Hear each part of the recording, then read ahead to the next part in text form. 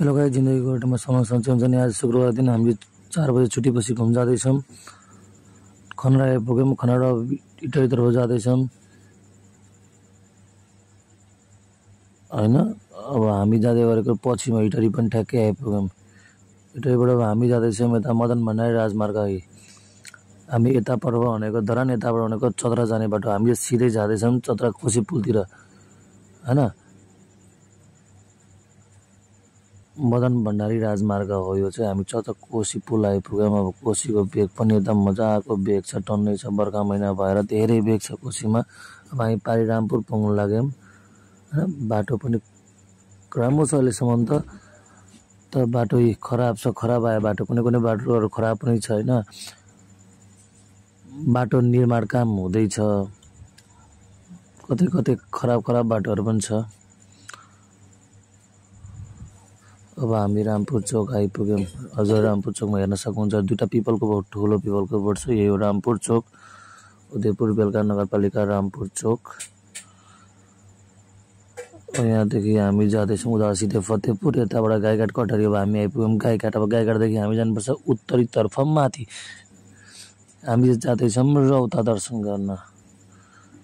अब गाईघाटदेखि हामी उत्तरतिर लाग्ने हो। गाईघाट पनि राम्रो सानो छ, राम्रो छ। गाईघाट बजार यहाँ माथिदेखि भ्यू टावर छ। गाईघाटदेखि माथिबाट लाग्यौँ भ्यू टावरबाट मजाले गाईघाटको पुरै बरुवा खोला पुल होइन, मजाले गाईघाट बजार पुरै हेर्दैछौँ। यहाँदेखि माथितर्फ लागिन्छ। यहाँसम्म त बाटो ठिकै छ, माथि कस्तो छ बाटो। हेलो गाइज, रौता जाँदै हुन्छ है। यो तलतिरको बाटो चाहिँ गाईघाटबाट आउँदै हो है, देखाएको बाटो। देखाएको जुन यो बाटो चाहिँ सिधै यता घुमेर सिधै दिगदेल जान्छ। अनि यो जुन रानीबास भन्छ टोललाई, रानीबासदेखि जुन माथि जाने बाटोमा चाहिँ यहाँदेखि 14 किलोमिटर माथि छ। 14 किलोमिटर माथि चाहिँ रौता पोखरी, रौता माई छ है। यहाँनिर एकता विकास टोल पनि छ। बालकेन्द्र स्कुल पनि ठ्याक्कै यहीँनिर छ। ठ्याक्कै नबिर्सिनु सकिन्छ है। ठ्याक्कै यही मोड हो। यहाँ दिदीले चाहिँ त मिठो बनाउनुहुन्छ चाउमिनहरू, चियाहरू यहाँनिर खान पनि सक्नुहुन्छ होइन। अब बाटो चाहिँ हामी जुन 13 किलोमिटर भने त्यसमा ठ्याक्कै 3-4 किलोमिटर चढेपछि यसो बाटो अफरोड भएको छ। अहिले चाहिँ बाटो बनाउँदैछ होइन। यहाँदेखि चढेपछि चाहिँ होइन पुरै हेर्नु बाटो पुरै अफरोड छ। यहाँदेखि पनि चढेपछि पनि अफरोडै छ, तर यस्तो खाले बाटो छ होइन। अफरोड बाटो छ। तल माथि हुँदै पुगिन्छ रौता। पुरै अफरोड छ अहिले चाहिँ बाटो। रानीबासदेखि 14 किलोमिटर, 13-14 किलोमिटर भन्न न, बाटो पुरै अफरोड छ। अहिले तत्काल चाहिँ एकदम निर्माण काम जारी छ है। रौता जाने मान्छेहरूलाई चाहिँ अहिले चाहिँ पुरै अफरोड छ। राति चाहिँ कृपया नहिँड्नु होला होइन, पुरै अफरोड छ, एकदम गाह्रो हुन्छ। हेलो गाइज, रौता जाँदै हुन्छ है। यो तलतिरको बाटो चाहिँ गाईघाटबाट आउँदै हो है, देखाएको बाटो। देखाएको जुन यो बाटो चाहिँ सिधै यता घुमेर सिधै दिगदेल जान्छ। अनि यो जुन रानीबास भन्छ टोललाई, रानीबासदेखि जुन माथि जाने बाटोमा चाहिँ यहाँदेखि 14 किलोमिटर माथि छ। 14 किलोमिटर माथि चाहिँ रौता पोखरी, रौता माई छ है। यहाँनिर एकता विकास टोल पनि छ। बालकेन्द्र स्कुल पनि ठ्याक्कै यहीँनिर छ। ठ्याक्कै नबिर्सिनु सकिन्छ है। ठ्याक्कै यही मोड हो। यहाँ दिदीले चाहिँ त मिठो बनाउनुहुन्छ चाउमिनहरू, चियाहरू यहाँनिर खान पनि सक्नुहुन्छ होइन। अब बाटो चाहिँ हामी जुन 13 किलोमिटर भने त्यसमा ठ्याक्कै 3-4 किलोमिटर चढेपछि यसो बाटो अफरोड भएको छ। अहिले चाहिँ बाटो बनाउँदैछ होइन। यहाँदेखि चढेपछि चाहिँ होइन पुरै हेर्नु बाटो पुरै अफरोड छ। यहाँदेखि पनि चढेपछि पनि अफरोडै छ, तर यस्तो खाले बाटो छ होइन। अफरोड बाटो छ। तल माथि हुँदै पुगिन्छ रौता। पुरै अफरोड छ अहिले चाहिँ बाटो।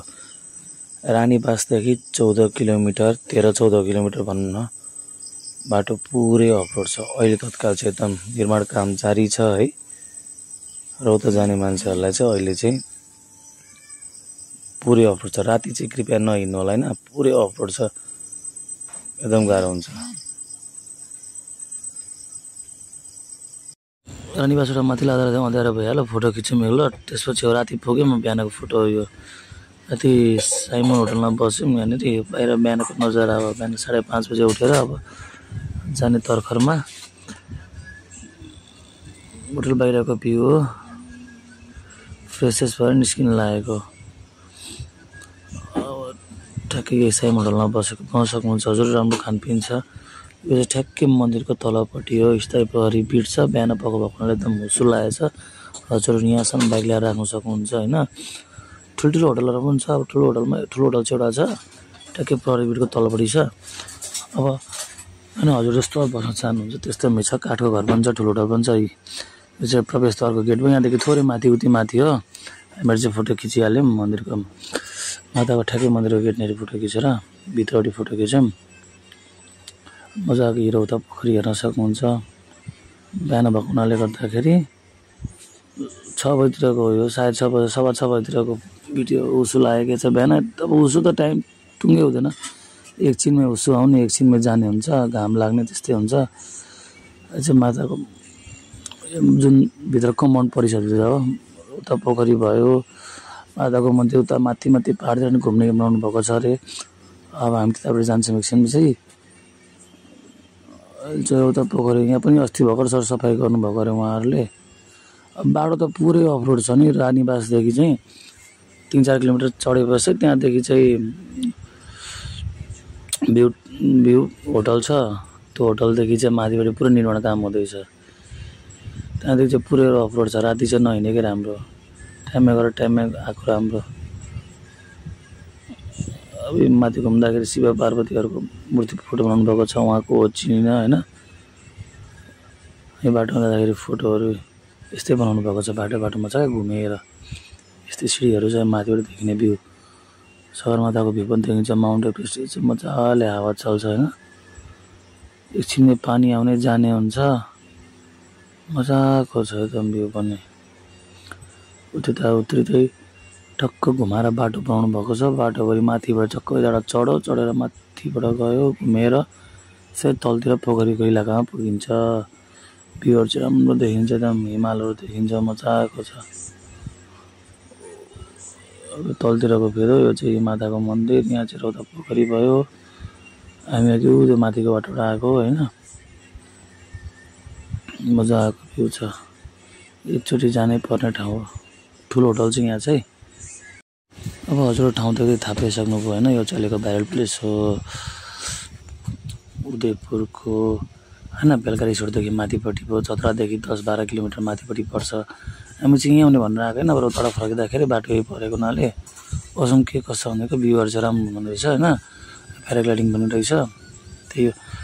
अब हाम्रो रौतामाईमा खर्च चाहिँ कति लाग्छ भन्दाखेरि डबल जानुहुन्छ भने हजुरहरू लगभग 3000 खर्च हुन जान्छ। कस्तो भन्दाखेरि पेट्रोल चाहिँ विराटनगरदेखि जाँदाखेरि 9 किलोमिटरको पेट्रोल खान्छ।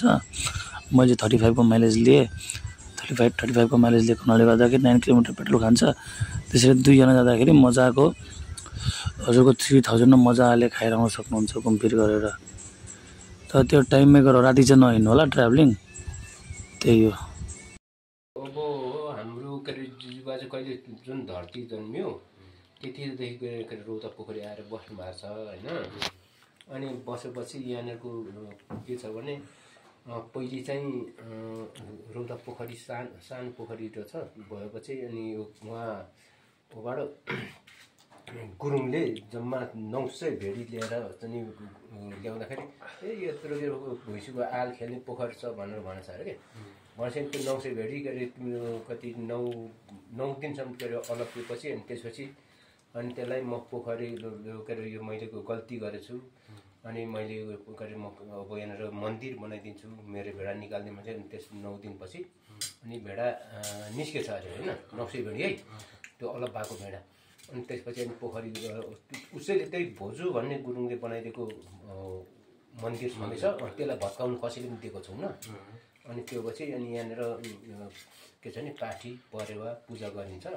अनि त्यो हुन्छ के अरे बालबच्चा बिमारी भयो भने पनि होइन नुहाउनु ल्याउँछु अनि पाठी परेवा के अरे पूजा दिन्छु भनेर अनि त्यसरी भनेर अनि सबैले अनि त्यो गर्छ। अनि अर्को कुरा यसरी एसएलसी दिने अनि 12 क्लास पढ्दाखेरि अनि त्यो के अरे उनीहरू पूजा गर्नुको लागि त्यहाँनिर भाकल गरेर आउँछ। अनि त्यो भएर अनि यहाँको चाहिँ अहिले पर्यटन क्षेत्र भइसकेको छ। अङ्कलको अनि होटलको नाम पनि भनिदिनु न होटलको। मेरो चाहिँ के अरे साइमन होटल। हजुर मेरो छोरा साइमन हो अनि त्यो नाममा खोलेको। अनि म चाहिँ के अरे ज्ञानेन्द्र राई बाउ चाहिँ म अनि यहाँ छँदैछ